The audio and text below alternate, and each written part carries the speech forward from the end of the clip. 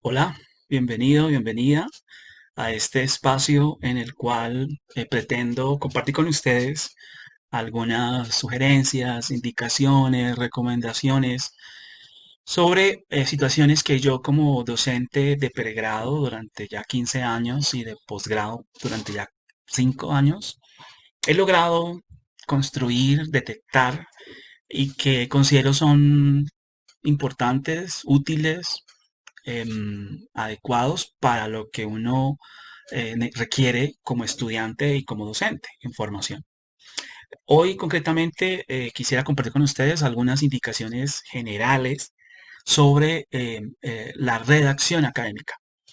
Como ustedes han vivido por sus experiencias en pregrado y posgrado, la redacción académica es una área de la formación, del desarrollo que requiere cuidado, atención. Pero cuando uno logra comprender asuntos propios de la redacción académica, los ejercicios, las elaboraciones, los textos adquieren otra dimensión y esa práctica se vuelve formativa, no se vuelve algo tedioso, estresante, difícil, sino que al contrario uno lo asume como la posibilidad que es, la posibilidad de compartir, de comunicar, de dejar al otro saber qué es lo que uno piensa, cómo ha construido. Evidentemente todos necesitamos ejercicio, ayuda con esta competencia, con esta área de formación y no importa si uno ha hecho pregrado, posgrado y doctorado, siempre habrá alguien que le puede ofrecer alguna indicación, alguna sugerencia para cualificar asuntos propios de los documentos, de los textos, de los discursos, etcétera. Pero bueno, esta charla lo que pretende es ofrecerles a ustedes unas sugerencias, unos tips, unas recomendaciones para el momento de enfrentarse al ejercicio de redacción académica.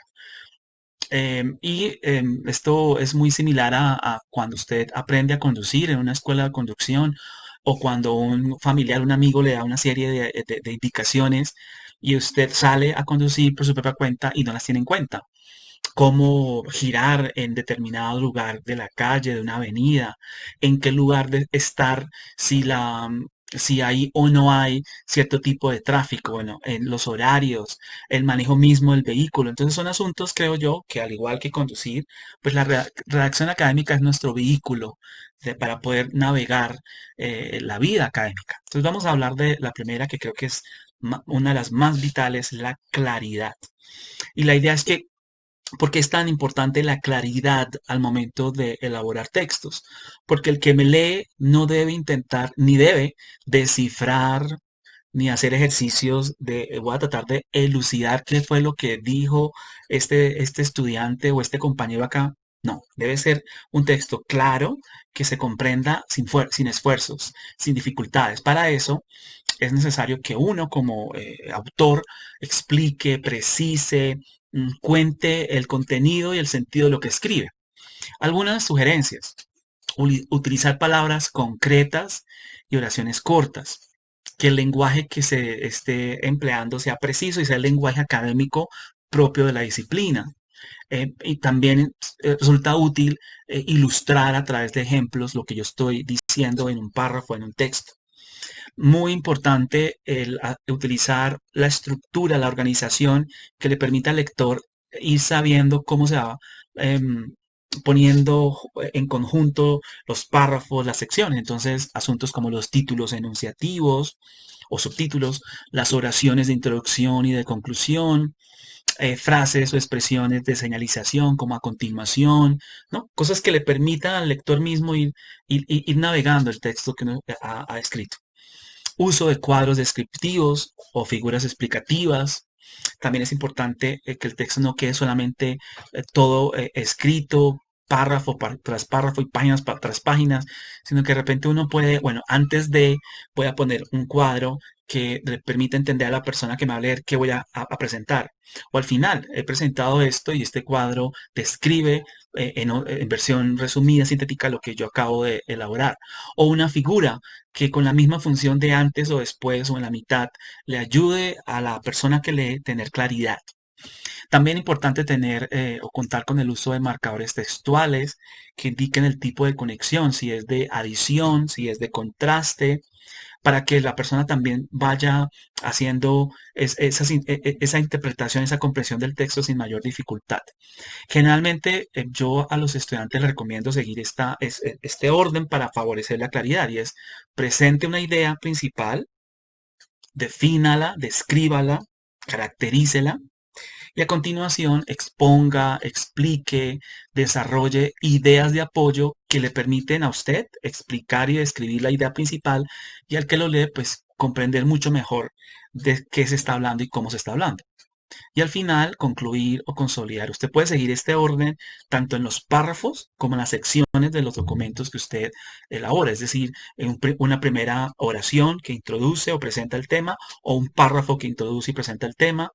Una segunda o tercera oración donde usted describe, define o caracteriza. Y lo mismo con dos o tres párrafos donde usted describe, define y caracteriza eso que está presentando y unas oraciones siguientes donde expone, explica, desarrolla con ideas de apoyo y lo mismo unos párrafos siguientes donde puede explicar, desarrollar, exponer la idea central que usted ha acabado de definir, describir y caracterizar. Y una oración de cierre que concluya, consolide o un párrafo de cierre que concluye, consolide. Bueno, claridad. Otro asunto que a veces se nos olvida un poco es la precisión para ayudar a que el texto se desarrolle de manera lógica y estructurada. Mientras la claridad tiene que ver con el nivel de comprensión del texto, la precisión tiene que ver con su nivel de organizativo, estructural.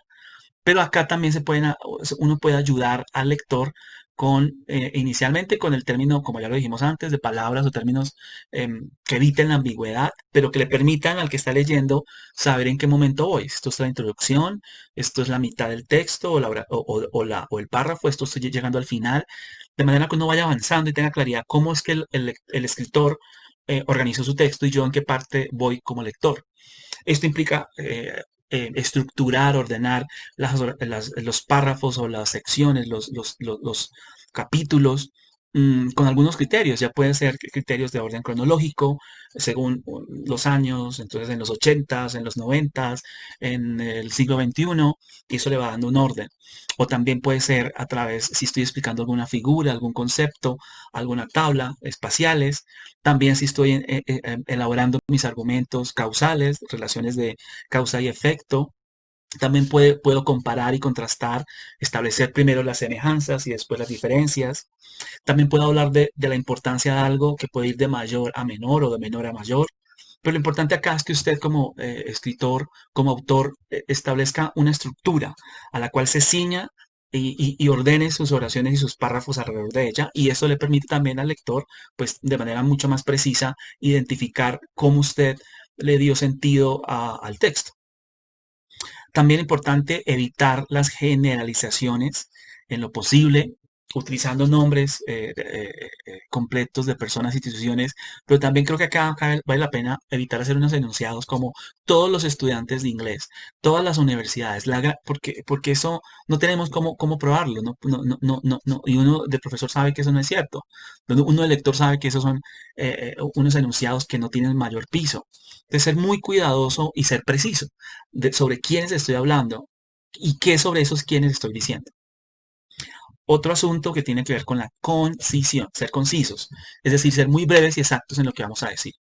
A veces uno lee unos documentos largos, tediosos, que se vuelven confusos, que pierden la ruta, porque acá la idea no es decir mucho en muchas páginas, es decir poco pero bien dicho.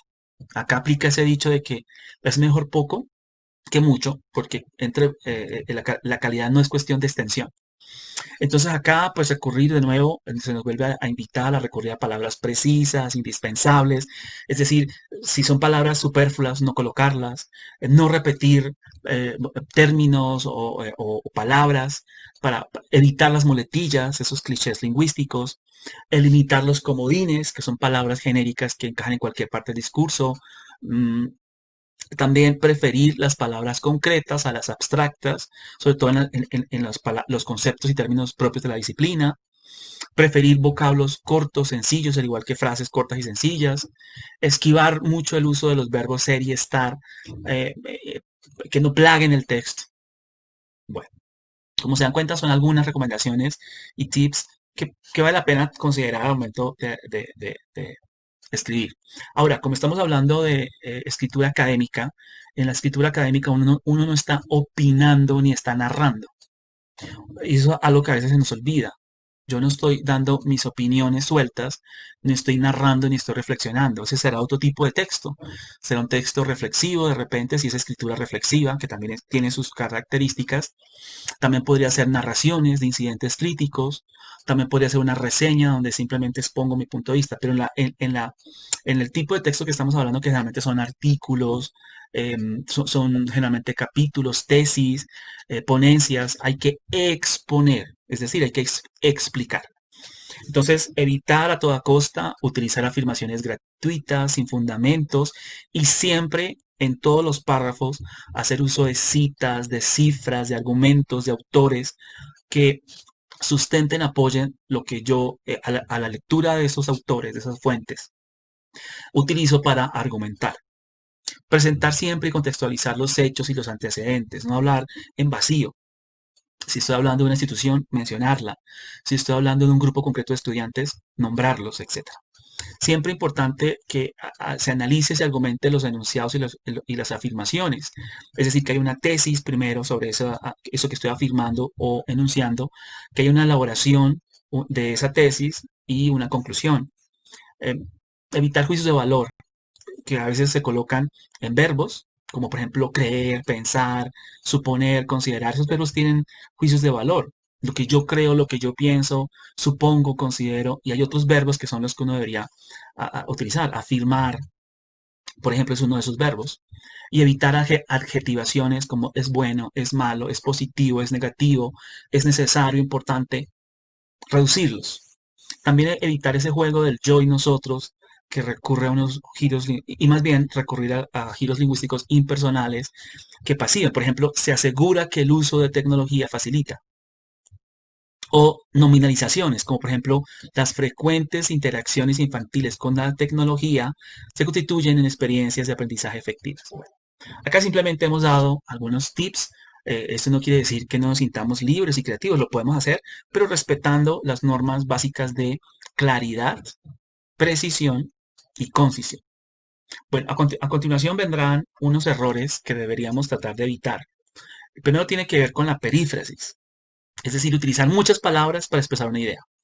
Como ya lo vimos, hay que ser concretos, en pocas palabras lograr decir lo que yo quiero, ser sintéticos y concisos. Entonces uno mismo debería leerse y saber, en este párrafo hay varias palabras que no aportan o hay oraciones que no están desarrollando mi idea. Y ser capaz de editarse, de revisar para evitar la perífrasis. Otro asunto que es muy característico son oraciones y párrafos largos y extensos. Eso causa mala impresión. Que uno abra un documento y en la primera página hay un solo párrafo. Un párrafo extenso causa fatiga, hace que el lector se pierda y demuestra o sugiere un uso poco adecuado por parte del autor de esas técnicas de organización, de precisión, de claridad, de concisión. Tengan presente por favor que una oración generalmente tiene 25 palabras. Esa es como la longitud básica de una oración. Y que un párrafo generalmente tiene 220 palabras. Eso no quiere decir que si usted puso 26, 27, 28 ya está mal. O que si puso 223, 25 está mal. No, pero juegue con esos topes. ¿Y por qué es así? Porque generalmente un párrafo tiene en promedio 6 a 8 oraciones. Una oración, recuerden, que introduce, una oración donde la idea principal se presenta, la tesis, 3, 4, a veces 5 oraciones con ideas de apoyo, de desarrollo y una oración que resume o cierra, concluye. Por eso es que se afirma que un párrafo debería tener entre 6 y 8 oraciones con un promedio de 220 palabras. Eviten por favor la profusión de comas. Comas, comas detrás de comas, no. Haga uso de otros asuntos como los puntos o de conectores. Ambigüedades, ya sabemos que hay que eliminarlas, esas ideas o términos o enunciados que no se saben exactamente a qué se refieren. Reiteran mucho cosas en los escritos, afecta la calidad del texto y muy cuidadosos, por favor, con el plagio, con el uso individuo de ideas o textos ajenos. Hay que emplear citas directas, indirectas y hacer referencias bibliográficas. A continuación hablaremos precisamente de citas y referencias como una ayuda de escritura académica.